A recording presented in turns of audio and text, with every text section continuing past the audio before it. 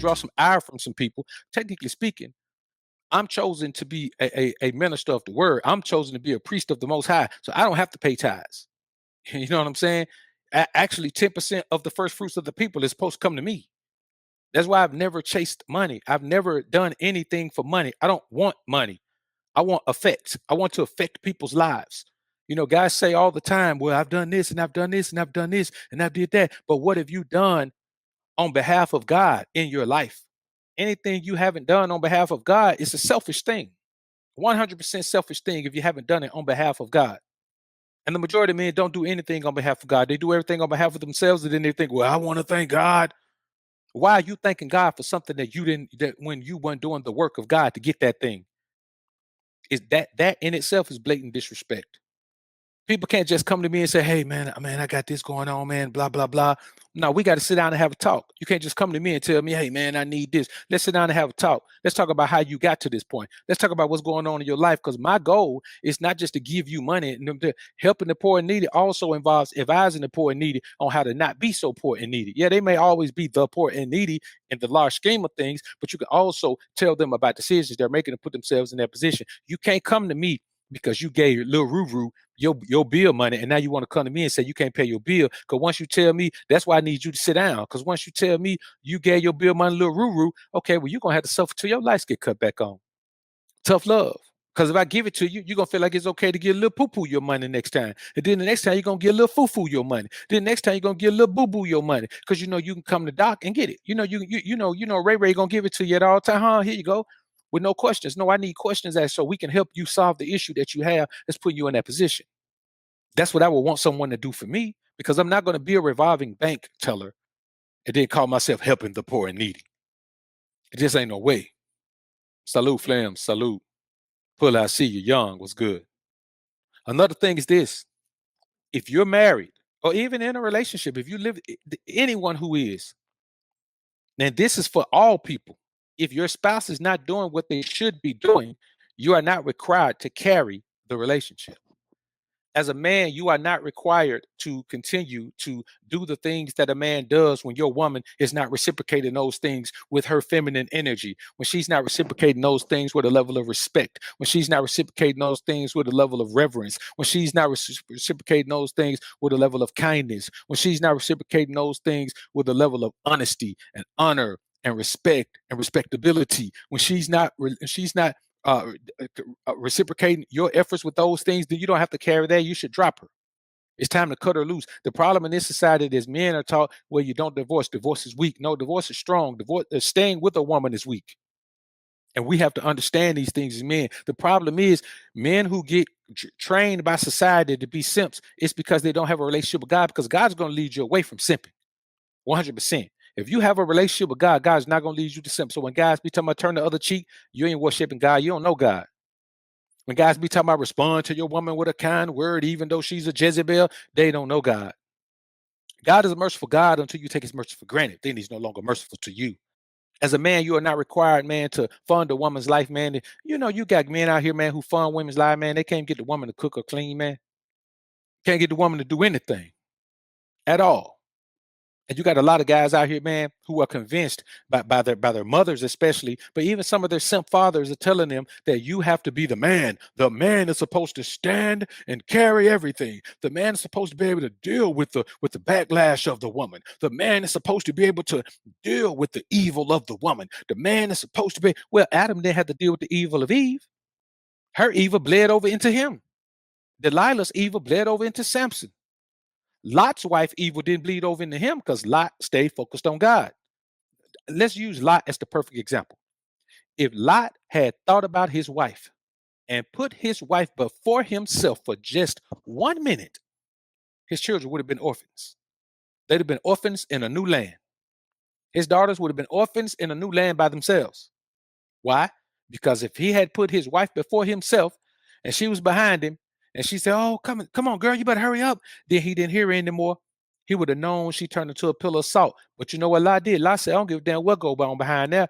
God told me, don't turn back, don't look. So I ain't going to turn back and I ain't going to look. If you're behind me, you finna be jacked up. And that's just the real thing. You know what I'm saying? You finna be, because I'm not turning around. But he could have very well ended up like one of those guys. But fortunately for him, he didn't. And fortunately for us, because we have an example of what happens when a man doesn't follow his woman. If he had followed his woman, he'd be dead. Adam followed his woman, lost everything. Samson followed his woman, lost everything. You cannot have her around you if she's not willing to follow you because she cannot lead. Job, exactly, Chief. Good looking out. Job could have followed his woman. He could have followed his woman who was advising him to go against God, who was advising him to go against God. Because you know what happens under that type of pressure? She would have. Under that type of pressure, she just says, okay, this is too much for me. Just let me die. Because there is no relationship between her and God. Once you realize people don't fit into your life, it's your job, it's your duty, it's your responsibility to self to eliminate them from your life. It's your job to eliminate people from your life when you realize that they don't fit into your life. And this is the thing, even if they fit yesterday, if they don't fit today, it's time for you to get them out of your life. You have to. It doesn't matter when they didn't fit. If they didn't fit yesterday, they need to be gone. That's just the reality of the matter. You don't have time as a man to be sitting around here worrying about what's going to happen to somebody when they don't fit into your life anymore. What you need to be worried about is what's going to happen to your life if you keep them in it. The moment you decide that what they're doing is not what you're doing anymore, it's done. Your life is all you have. And building that life to the best of your ability is what you must do. And if you're building a brick house, you don't need somebody throwing you bricks up. You're building a brick house. Then somebody throw you a piece of wood up. You can't do that with that. If you own the bricks, the wood frame already in there. You can't do that with a piece of wood. That person got to go. You got to chunk that piece of wood. And the person who threw it up, they're not a part of the process. And I think many times we as men find ourselves in a situation where we allow women to be in our lives. We allow people to be in our lives. We allow friends. We allow, associates. We'll stay at a job that we know. It's kind of like this, man. It's kind of like people who run Ponzi schemes. You know what kind of spirit you must have to run a Ponzi scheme? A scheme where you're taking older people mostly for every dollar they save throughout their entire life. You're robbing them of their retirement. You know what kind of person you have to be? But that's the same type of person who will have money and ask you for money because they don't want to spend their money on their responsibility. They want to spend their money on something else. That's the same type of person who will put you in a position that's going to cause you harm in order to save themselves from that same position, even though their actions are what presented that scenario in the first place. Those type of people will steal your joy, man. Those type of people will deprive you of your peace of mind. They will destroy your peace of mind. Oh, wait a minute. You will destroy your peace of mind because of your willingness to deal with those people and your unwillingness to cut them loose. It is your job to protect your life. It is your job to protect your peace of mind, and it is your job to protect your joy. Because with your joy, peace of mind, you have a relationship with God, and that is how you protect your life. Without a relationship with God, man, your life is teetering in the balance. No matter how good it is, it's teetering in the balance. And for my young guys and young girls for that matter, you can't live the life your parents want you to live. I say again, you can't live the life your parents want you to live as an adult. You simply can't.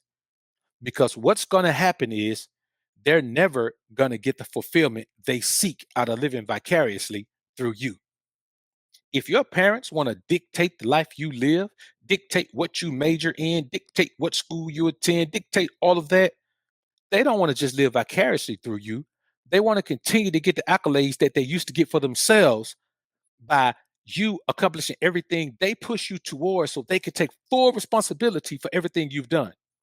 They want to take full responsibility for the career path you chose, for the school you chose, for the degree program you chose, for your decision to go ahead and get your master's degree or your PhD, for your decision to go on that what are those things you go on, man, when you go out of the country? You're in school, man. Y'all know what I'm talking about. I can't recall the name of it right now. Not a mission, not a missionary journey, not that. Y'all know what I'm talking about. But anyway, they want to take all of the credit for that. So all you've done is go and commit the acts that they told you to commit. It's like if your parents tell you clean up the kitchen. Okay, you cleaned up the kitchen, but when people come over say, man, your kitchen is really clean. They take the credit for the clean kitchen. That's fine. If you're a child, you got to deal with that. Yeah, foreign exchange, D Flims. But when you But when you're an adult, you got people who live in their own cribs who are still living under the demands of their parents. You got people who pay their own man. You got people who pay their bills and help their parents, and they still under the thumb of their parents. Mostly they're under the thumb of a mother, but they're still under the thumb of their parents. So yeah, that's what I was looking for, guys, for the foreign exchange students, man. Like when your parents tell you, okay, well, I'm gonna go over here and do this. Well, they want to control your life because by controlling your life, it gives them the type of control they don't have over their own lives anymore because now they don't have any life. Their life is memories. And the thing is, you only got a certain amount of time to build your life because if you waste that doing what your parents want you to do, then you're going to be like them. But instead of having all of the memories of all of the things they accomplished on their own, then you're going to have the memories of accomplishing all the things they wanted you to accomplish and all the regrets of not living the life you wanted to live. Do you know that 30% of the people in a university right now, man, don't want to be in college? 30% of the people at university right now don't want to be in college. What does that tell you? That tells you that there are a lot of people who are doing things that are going to affect their lives in a negative manner forever that they don't even want to be doing. And they can say, well, if you don't go to school, you ain't gonna make no money. Well, hell, if you do go to school, you're gonna make money, but you ain't gonna never keep no money because you're gonna be in debt forever. I met a chick once, man, she was a bad little chick, but I'm talking about, man, she was bad, man, little sweet petite, little tender, man. I mean, had the most unique cocoa caramel skin, bro, that I've ever seen. And she mixed with some Native American. Now she mixed with some actual what are the people from Hispaniola. So she was mixed with that, man. And bro, when I tell you, man, listen, man, she was baddie. And stayed on team for a long time too, man. But she was telling me, man, that she had an opportunity to like be an international model. Like be an international model. Like her look was so unique that she had the opportunity to be an international model, even though she wasn't tall. That's how unique her look was, man. It was just such an exotic, unique look. I mean, skin, hair, eyes, lips, everything. It was almost like she was a mixture of all the best things from different races of women. You know what I'm saying? It was a weird mix, bro. But man, she was a stunner. But anyway, let me stop, man. Sound like I'm gassing the brow head up. But somebody talked her out of it, man. Somebody in her family talked her out of it. They start giving her the fear mongering tactic. Well, you're gonna be all that by yourself, and you're gonna go ahead and you never know, and you're young, and somebody might kidnap you, and those people over there, they don't really like Americans and all that, man. And man, they fear mongered her own out of there, man. I mean, she ended up going ahead and accomplishing great things here, but not what she wanted to do. That's not what she wanted. So even though she ended up accomplishing great things, she still has that dissatisfaction of being talked out of doing the things she was passionate about. That's why I speak to you guys all the time about, man, you got to do the thing you have a passion for. You have to do the thing you have a passion for. If you don't have a passion for it and you're doing it anyway, man, you're wasting your life, man. You're wasting your life. If you're doing something you don't have passion for, you're wasting your life away, man. You can't afford to waste your life away. I can't afford to waste mine. You can't afford to waste yours because the thing is, we never know how long our lives going to be. There's someone who died today who thought they had the rest of their lives. Well, they did. Just so happened that the rest of their lives ended today.